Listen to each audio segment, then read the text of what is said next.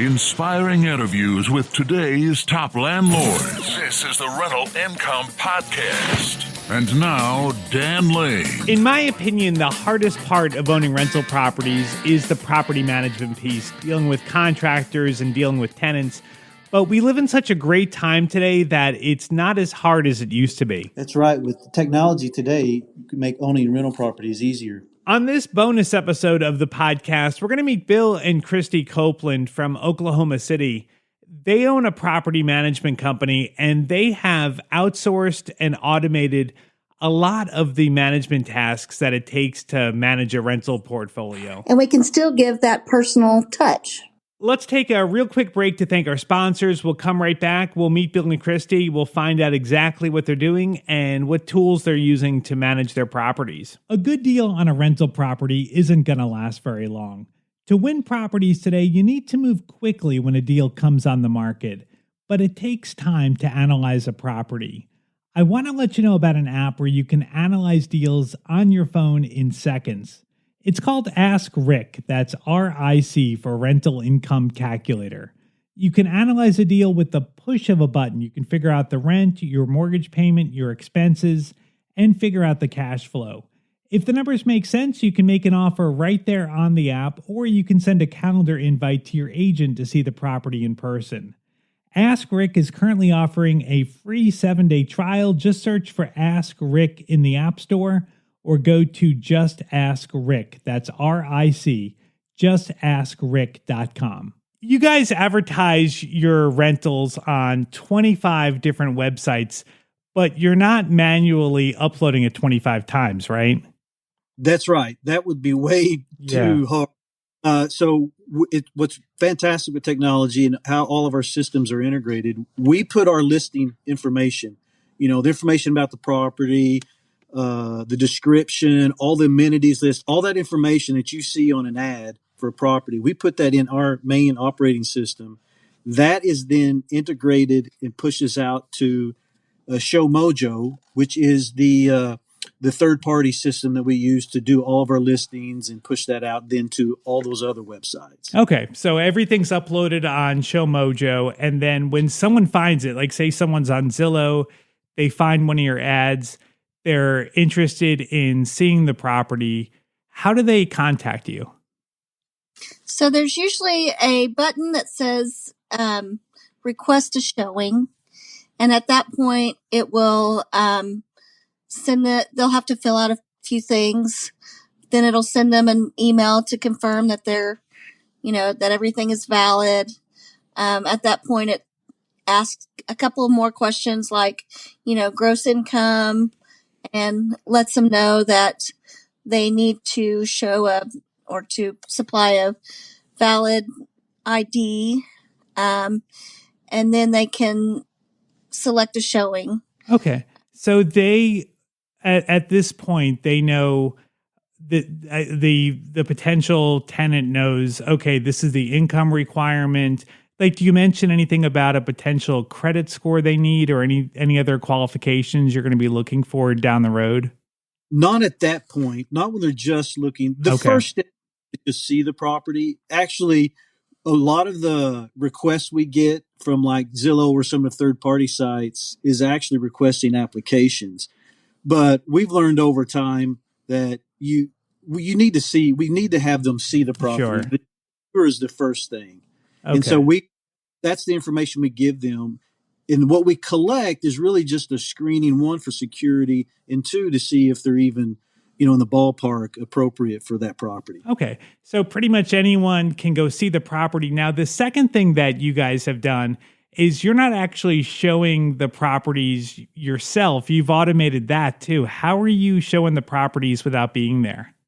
Absolutely. As you know, being a rental property owner, going to a property and waiting for someone to show up, and then 50% of the time their cancellations, they got late because they were trying to do it their lunch, blah, blah, blah.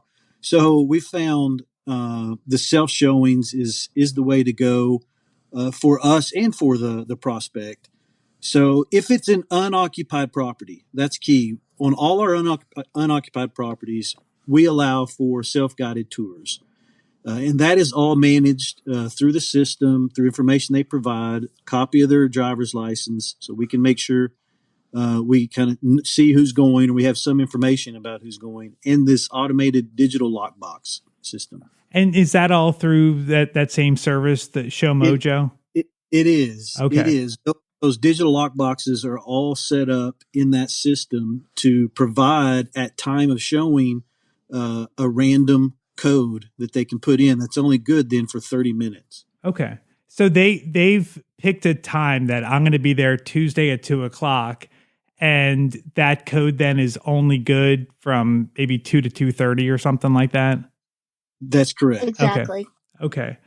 Now there's another service too. I'm on the Show Mojo website right now, and this looks pretty costly.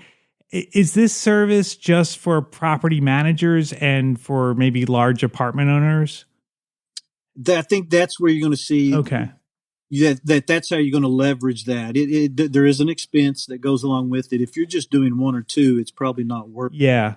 There's another site. I don't know if you guys have heard of this, but Tenant Turner does something similar. So for anyone listening that maybe just has a couple of rental properties, check out Tenant Turner. You can do something very similar. But for your case, having a lot of properties you manage, that Show Mojo sounds like it meets what you guys are looking for. So the people are then able to go to the property themselves. They take a tour, and I guess that they get a PIN to open up the lockbox by text message. That's correct. They get a 6-digit code. So when they get the property, they have to look at the lockbox and put in the serial code on the bottom. And when that tells them that tells Show Mojo that they're there. And then Show Mojo sends them a text with the code to get in. Now, do you ever have any problems where people maybe forget to lock the door, or any other vandalism they might do, or leaving lights on? Like, has any problem ever happened with you guys not being there? We've had some minor things like that. We definitely go and check on at least a weekly basis, if not a couple of times a week. We'll go by those properties. The good news is the property is usually only online, on the market for 2 to 3 weeks. And so but we'll go by routinely and regularly to check to make sure everything's locked up. Also, it gives auto responses when the box is then finished, when they close it up, and it sends out information at the end of their scheduled showing, asking them to verify certain information, like did you lock the door, and then it also gives a little survey of how was the property to present well, what did you think about the rent amount, and then are you thinking about applying? That's really good to get that survey, because you can get feedback that, maybe it's not priced right, or maybe there's something about the property that's turning people off. So I think that's good. Do you get a lot of good feedback on the survey? We do. I mean, it's your standard response rates, basically, I'd say, for surveys in general. But that information we do get is very valuable. I've used it in many cases to say, hey, we've gotten several, consistent feedback that this is high, and so we'll use that information appropriately. If someone likes the property and they want to apply, how are they doing that? Is it it sounds like they click a link on their text message to apply? That's right. Absolutely. It automatically provides them with the application link. That's all online. And then they just go in and start that process. All right. And then what are you looking for on the application? All your standard information to be able to pull credit and background rental checks. History. So there's your basic contact information. There's your employment information, wage information, and then your rental history information. We also have a section on there for pets. It's obviously an important bit of information and something to know. Rental properties, so they have an area there to provide information on their pets, and that's also a screening that we do as well. How are you screening for pets? We use another service called petscreening.com. Okay. That is a great they have a national database. So if they're moving, and we've got here in Oklahoma City area, a lot of people moving in from other areas of the country right now. And so if they've been renting in California and had issues with their a dog and it's in the database, we'll see that through petscreening.com. Yeah, the other thing I like about petscreening.com is that if someone has like a service dog or an emotional support animal, it finds out if it's legitimately a service animal. Yes, that makes it so much easier to have those conversations. Yeah. Yeah, so it's not up to you. You're not having to verify anything. Like they're checking to make sure that the doctor is legit and that they have their documentation. I think that's a great service. So also, sorry, it puts a lot of the cost onto the prospect as well, right? For the property. So then, when you get the information back on their application on your Show Mojo service, it's pulling the credit report and all the information for you, so you can look and make sure that everything is going to be exactly what you need. Yes, it is all automated as soon, and that's why there's also acknowledgments at the bottom of that application, which are critical to say there is a fee associated with this, and it's non-refundable, because as soon as they submit that, it runs the background check and the credit reports, and automatically sends that into our system. Again, it's integrated, and then sends us a notification, which we're out and about all the time. So we get notifications on our phone that we've got an applicant. And at that point, then, like everything is pretty much done for you, where you're able to look at it and say, okay, this is the credit score we need. This is whatever else we're looking for. And you can just look at it. Yes, no. Does this meet what we're looking for? Absolutely. Exactly. Just also verifying employment, because, they could have just got fired yesterday, but so we definitely verify employment. And again, I'll say something like, if they left today, would you rehire them? And that's usually, is a legal way to just, Yeah. And it kind of speaks to their character too. Right. Absolutely. Yeah. And important, that is where there is a good amount of manual work. I mean, you can imagine it may take several phone calls to get that information, and we do not cut corners on that. Right. That is, we put together that full review. The tenant screening is one of the most important things that we do for our clients. Absolutely. Corners on that. Yeah. All right. Yeah. So I guess that's the one part of the whole thing that you really can't automate, that you really got to make sure. That is the most important part. So you want to make sure you get that right. Now, what about with the lease signing? Are you doing that online? Yes. The signing is all done online. We use electronic signatures. That document is a legal document. It's actually quite large, but it makes it goes pretty smooth when it's online as well, because they can just advance to the next section. Do you kind of verbally walk them through too? Because I feel like a lot of tenants might not read the lease. They might just click here, click there. They just want to get in the property. So are you talking to them to kind of tell them what your expectations are and make sure they understand what they're signing? Yeah, before we even send them the lease to sign, we've gone through a lot of the financials required to move in, because that's something that a lot of times tenants don't take the time to think this through. Right, Sure. It costs you to move, so we have to walk through that, make sure they're aware, and there's not going to be surprises. We go through several basic requirements. We go through some things on our tenant handbook to make sure that they're aware of their responsibilities to maintain the property and everything. Now, once they've moved in, there's, I think, a lot of opportunity for a lot of work as a property manager or as an owner dealing with maintenance stuff. So how have you guys automated maintenance requests and dealing with anything that might come up or might break in the property? On our website, they can log in and report issues. My toilet's clogged, or my water heater is making a funny noise. And even within that, it'll say, hey, there's these things that you can check before, calling or making a report.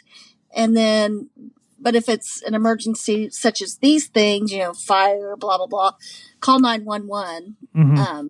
Right. And so, but yeah, and then that goes directly to our maintenance team to get that dispatime. And there's push notifications that also go out to the owner whenever a ticket is created, which is the lifesaver for us, because it saves a couple of phone calls, or it saves setting down and typing up another message to the owner to keep them informed of what's going on with their property. Yeah, I like that. My property manager has something similar, and I really like that because I kind of feel like I know what's going on day to day, or if I see there's a big problem and maybe we've had this problem before and they've missed it.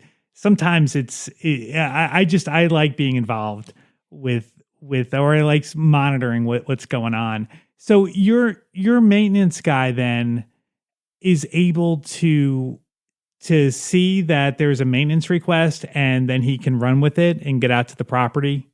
That's right. Absolutely. And that system has where he can communicate with the tenant through that system. It's all documented, so we can see the history of it as well, if there were any issues or complaints. It also has a scheduler where he can propose, hey, I can be there, tomorrow from 2 to 4, or Saturday from, 1 to 3, and let the tenant pick which one works best for them. So there's a lot of flexibility in that system to do all that. It sounds like Bill and Kristy are using ShowMojo to automate a lot of their tasks. And it sounds like it's a great service, but I don't think it's a very good solution for most of our listeners. It's just going to be too expensive. A better way to do it is probably going to be Tenant Cloud. Tenant Cloud has a lot of the same features where you can do the online maintenance requests, you can take online payments, online leases, and it's totally free. So you can check it out at tenantcloud.com. In full disclosure, Tenant Cloud is a sponsor of the podcast, but they're not sponsoring this episode. They didn't pay for that endorsement. I just wanted to put that out there. So hopefully that will help somebody. But it's pretty exciting to see what the internet has done to property management. It's made it so much easier. I think there'll always be a place for property managers. There's always going to be people that want nothing to do with their rentals. But for someone that wants to put a little bit of work in, it's really kind of an exciting time. And I think it's only going to get easier as time goes by. If anyone is in the Oklahoma City area and you're looking for a really good property manager, Bill and Kristy sound like they would be awesome as property managers. And I've got their contact information on the website. You can find it at rentalincomepodcast.com/Copeland. That's COPELAND, rentalincomepodcast.com/Copeland. Thank you so much for listening to this bonus episode. We'll be back with a regular interview on Tuesday. My name is Dan Lane, and this has been the Rental Income Podcast.